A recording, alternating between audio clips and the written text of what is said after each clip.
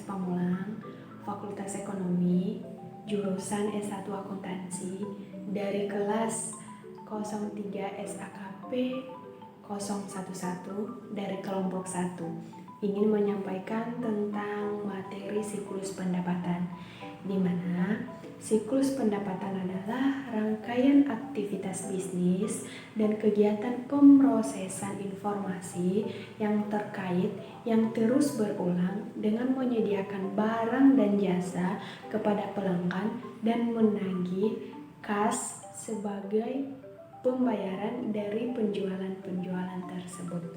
Untuk materi selanjutnya, untuk pembahasan selanjutnya tentang siklus pendapatan akan dibahas oleh teman kami pemateri. Bismillahirrahmanirrahim. Assalamualaikum warahmatullahi wabarakatuh. Perkenalkan, nama saya Perawati Pauja. Ingin melanjutkan materi yang disampaikan oleh teman saya sebelumnya.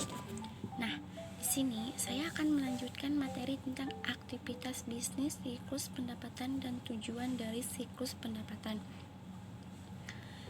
Sebelumnya, saya ingin menjelaskan apa itu siklus pendapatan. Nah, siklus pendapatan adalah serangkaian kegiatan bisnis yang terkait kegiatan pemrosesan informasi yang terus-menerus menyediakan barang dan jasa kepada pelanggan, serta mengumpulkan uang tunai sebagai pembayaran dari penjualan. Jadi, siklus pendapatan ini kegiatan pemrosesan informasi dan menyediakan barang dan jasa untuk pelanggan nantinya sebagai penjualan. Siklus pendapatan adalah prosedur pendapatan mulai dari bagian penjualan, otoritas produk, hingga penagihan penerimaan kas. Konsep ini bagi perusahaan yang memiliki jeda besar antara penjualan barang dan penerimaan pembayaran. Jadi, kesimpulan atau inti dari siklus pendapatan ini yaitu kegiatan yang pemrosesannya itu menyediakan barang dan jasa untuk pelanggan nantinya akan dijual. Terus siklus pendapatan ini mulai dari bagian penjualan, otoritas kredit, sehingga penagihan penerimaan kas itu harus dijalankan dengan baik atau sesuai prosedur. Nah, ada juga tujuan siklus dari pendapatan tersebut. Apa saja itu? Yang pertama, mengetahui sejauh mana produk dapat harus disesuaikan dengan kebutuhan dan keinginan setiap pelanggan. Nah, jadi perusahaan itu harus mengetahui apa saja produk yang menjadi kebutuhan pelanggan. Jadi itu poin yang pertama, itu harus mengetahui sejauh mana produk yang menjadi kebutuhan pelanggan. Nah, yang kedua, mengontrol banyak persediaan yang harus dimiliki dan tempat untuk persediaan. Maksudnya, jadi perusahaan itu harus mengontrol banyaknya persediaan yang harus dimiliki untuk menjadi persediaan. Nah, yang ketiga, menggunakan cara yang tepat untuk mengirimkan barang kepada pelanggan. Di zaman sekarang kan bisa melalui pihak gosen atau pihak ekspedisi untuk mengirimkan barang ke luar kota ataupun ke luar Jawa. Jadi misal dari kampung ingin mengirimkan barang ke luar kota, itu bisa melalui pihak ekspedisi. Yang terakhir yaitu menentukan jumlah kredit dan debit. Jika nantinya penjualan di hari itu sudah selesai, mestinya akan ditotal untuk mengetahui kreditnya ada berapa, cashnya ada berapa, debitnya ada berapa. Jadi harus ditentukan tiga-tiganya itu, debit, kredit, sama cash. Jadi kita bisa mengetahui banyaknya keuntungan ataupun kerugiannya tersebut. Mungkin itu saja yang dapat saya sampaikan. Materi selanjutnya akan dibawakan oleh teman saya. Terima kasih. Wassalamualaikum warahmatullahi wabarakatuh. Assalamualaikum warahmatullahi wabarakatuh. Nama saya Nurindah Fitriani. Di sini saya akan membahas tentang ancaman dan prosedur pengendalian siklus pendapatan. Ancaman dan prosedur pengendalian siklus pendapatan. Terdapat proses atau aktivitas, ancaman, dan prosedur pengendalian yang dapat diterapkan. Yang pertama ada entry pesanan penjualan. Terdapat pesanan pelanggan yang tidak lengkap atau tidak akurat. Pemeriksaan edit entry data. Yang kedua ada penjualan secara kredit ke pelanggan yang memiliki catatan kredit yang buruk. Persetujuan kredit oleh manajer bagian kredit bukan oleh fungsi penjualan. Catat yang akurat atas saldo rekening pelanggan. Yang ketiga ada legitimasi pesanan. Tanda tangan di atas dokumen kertas, tanda tangan digital, dan sertifikat digital untuk EBIS. Yang keempat ada habisnya persediaan, biaya penggudangan, dan pengurangan harga. Sistem pengendaliannya persediaan. Yang kelima ada kesalahan pengiriman barang dagang, jumlah, dan alamat yang salah. Rekonsiliasinya pesanan penjualan dengan kartu pengambilan dan slip pengepakan. Jadi pemindai kode garis pengendalian aplikasinya entry data. Yang keenam ada pencurian persediaan. Batasi akses fisik ke persediaan. Yang ketujuh ada kegagalan untuk menagih pelanggan. Pemisahan fungsi pengiriman dan penagihan. Yang ke-8 ada kesalahan dalam penagihan, pengendalian edit entry data daftar harga. Yang ke-9 ada kesalahan dalam memasukkan data ketika memperbarui piutang usaha. Jadi rekonsiliasi buku pembantu piutang usaha dengan buku besar. Laporannya bulanan ke pelanggan. Yang ke-10 ada pencurian kas. Pemisahan tugas, meminimalisasi penanganan kas. Kesepakatan logbook, konfirmasikan pengesahan, dan penyimpanan secara penerimaan rekonsiliasi periodik laporan bank dengan catatan seseorang yang tidak terlibat dalam pemrosesan penerimaan kas. Yang ke-11 ada kehilangan data, prosedur cadangan dan pemulihan dari bencana, pengendalian akses secara fisik dan logis.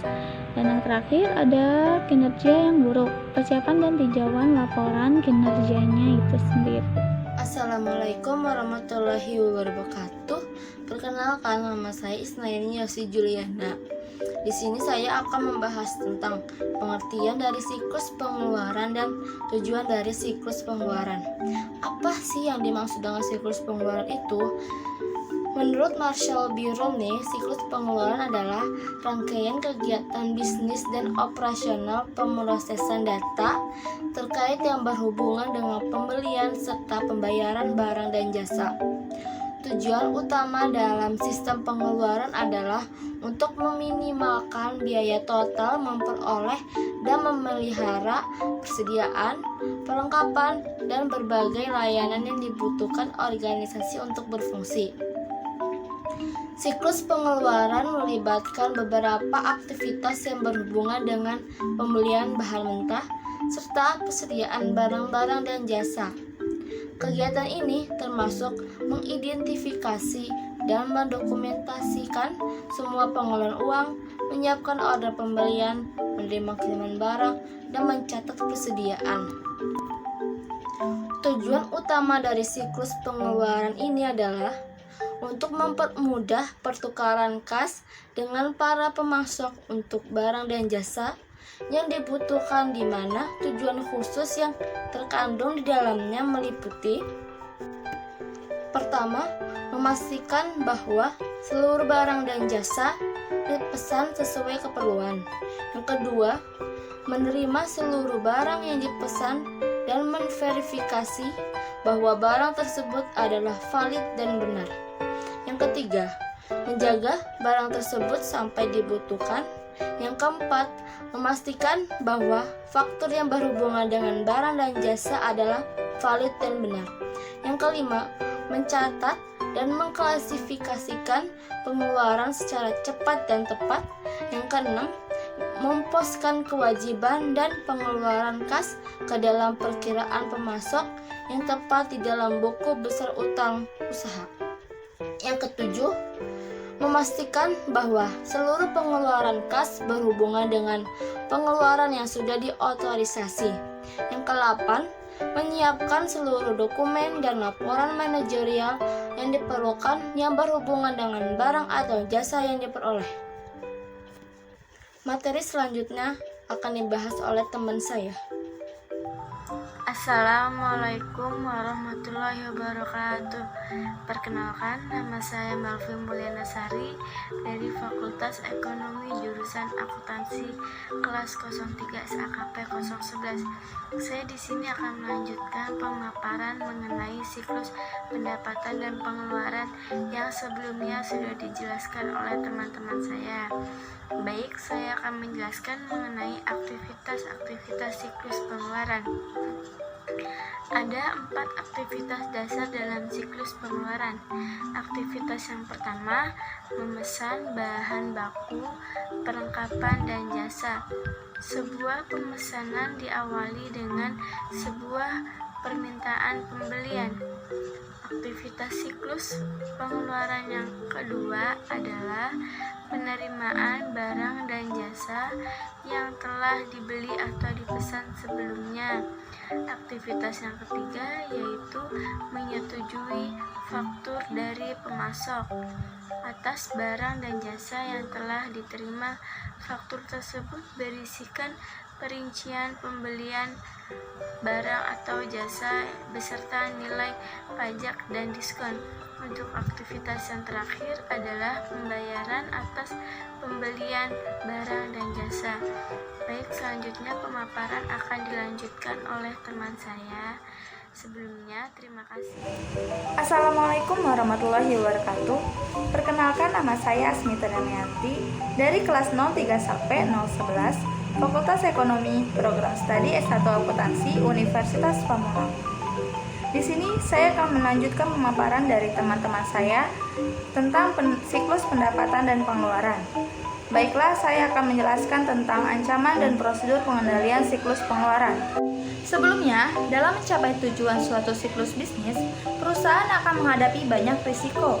Berikut ini akan dibahas risiko apa saja yang terjadi dalam siklus pengeluaran, serta bagaimana prosedur pengendalian yang sesuai untuk mengatasi risiko tersebut. Menurut Rumney dan Steinberg, pembahasan ini akan melingkupi 4 aktivitas bisnis. Aktivitas yang pertama adalah pesan barang. Tujuan dari proses pembelian ini adalah untuk meminimalisasi biaya berkaitan dengan mengatur persediaan yang mencukupi untuk semua proses bisnis. Salah satu risiko yang dihadapi pada tahap ini adalah pencatatan persediaan yang tidak akurat, yang dapat mengakibatkan habisnya persediaan yang selanjutnya mengakibatkan kehilangan penjualan. Metode perpetual inventory dapat diterapkan untuk memastikan informasi tentang jumlah persediaan yang terdapat di gudang. Untuk mengurangi kesalahan pada saat memasukkan data persediaan pada perpetual inventory, sebaiknya input data secara manual, dihindari dan diganti dengan menggunakan teknologi informasi untuk memastikan keakuratan data. Yang kedua, memesan barang-barang yang tidak dibutuhkan. Risiko yang selanjutnya adalah memesan barang-barang yang tidak dibutuhkan, yang dapat mengakibatkan tingginya biaya pembelian dan kegagalan untuk mendapatkan diskon volume yang tersedia. Pencatatan yang akurat pada metode perpetual inventory dapat memastikan validitas dari permintaan pembelian yang secara otomatis dihasilkan oleh pengendalian pada sistem. Yang ketiga, membeli barang pada saat harga tinggi. Risiko selanjutnya adalah membeli barang pada saat harga tinggi, di mana dapat menyebabkan total biaya menjadi semakin tinggi karena biaya pembelian barang mendapat porsi paling besar dari total biaya produksi manufaktur. Oleh karena itu, perusahaan berusaha untuk mengamankan harga terbaik terhadap barang-barang yang dibeli. Adanya daftar harga untuk barang yang sering dibeli yang disimpan di dalam sistem dan dikonsultasikan ketika akan membuat pesanan merupakan sebuah pengendalian agar perusahaan tidak membayar terlalu banyak untuk suatu barang yang dibeli. Yang keempat, membeli barang dengan kualitas rendah. Dalam upaya untuk mendapatkan harga paling rendah, risiko yang mungkin terjadi adalah membeli barang dengan kualitas rendah. Hal tersebut dapat mengakibatkan terjadinya keterlambatan produksi dan menimbulkan total biaya yang tinggi. Perusahaan harus mencari tahu supplier mana yang menyediakan barang dengan kualitas yang terbaik, dengan harga yang kompetitif, dengan melakukan pemeriksaan dan pemantauan kualitas produk dari supplier. Yang kelima, supplier yang tidak dapat diandalkan. Risiko selanjutnya adalah supplier yang tidak dapat diandalkan, sehingga juga dapat mengakibatkan terjadinya keterlambatan produksi dan menimbulkan total biaya yang tinggi. Memilih supplier yang memiliki sertifikasi mutu merupakan salah satu bentuk pengendalian yang dapat dilakukan. Yang keenam, kickback. Risiko ini dapat mengakibatkan munculnya subjektivitas bagian pembelian dalam memilih supplier mana saja yang akan menyalurkan barang kebutuhan perusahaan. Hal ini biasanya dilakukan dengan menggelembungkan harga pembelian selanjutnya atau mengganti barang pembelian dengan yang berkualitas rendah. Untuk menghindari hal tersebut, perusahaan harus melarang pelagian pembelian menerima hadiah dari supplier, sehingga perlu diadakannya pelatihan terhadap karyawan dalam hal ini. Aktivitas kedua adalah terima dan simpan barang. Risiko menerima barang yang tidak dipesan dapat menimbulkan penambahan biaya ketika harus membongkar barang, menyimpan barang, dan mengirimkan kembali barang tersebut. Pengendalian paling baik untuk mengurangi risiko ini adalah minta bagian penerimaan memverifikasi keberadaan pesanan. Yang kedua, kesalahan dalam menghitung barang yang diterima. Melakukan kesalahan dalam menghitung barang yang diterima dapat mempengaruhi akurasi pencatatan dengan metode perpetual inventory. Sehingga harus dipastikan bahwa perusahaan harus membayar untuk barang yang benar-benar telah diterima. Sebagai salah satu pengendalian yang dapat dilakukan adalah gunakan teknologi kode gratis, dokumentasikan kerja pegawai, insentif untuk perhitungan yang akurat. Yang ketiga, pencurian barang persediaan. Risiko pencurian barang persediaan dapat mengakibatkan hilangnya persediaan yang dapat merugikan perusahaan. Untuk mengatasi risiko ini, dapat dilakukan beberapa prosedur pengendalian. Yang pertama, pengendalian fisik. Yang kedua, perhitungan periodik. Yang ketiga, persediaan dan rekonsiliasi. Yang keempat, perhitungan fisik dengan catatan.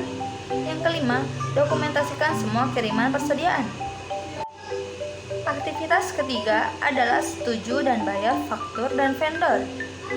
Risiko yang mungkin timbul dari tahap ini serta alternatif pengendalian yang dapat digunakan untuk mengatasinya adalah: yang pertama, gagal menangkap kesalahan dalam tagihan supplier.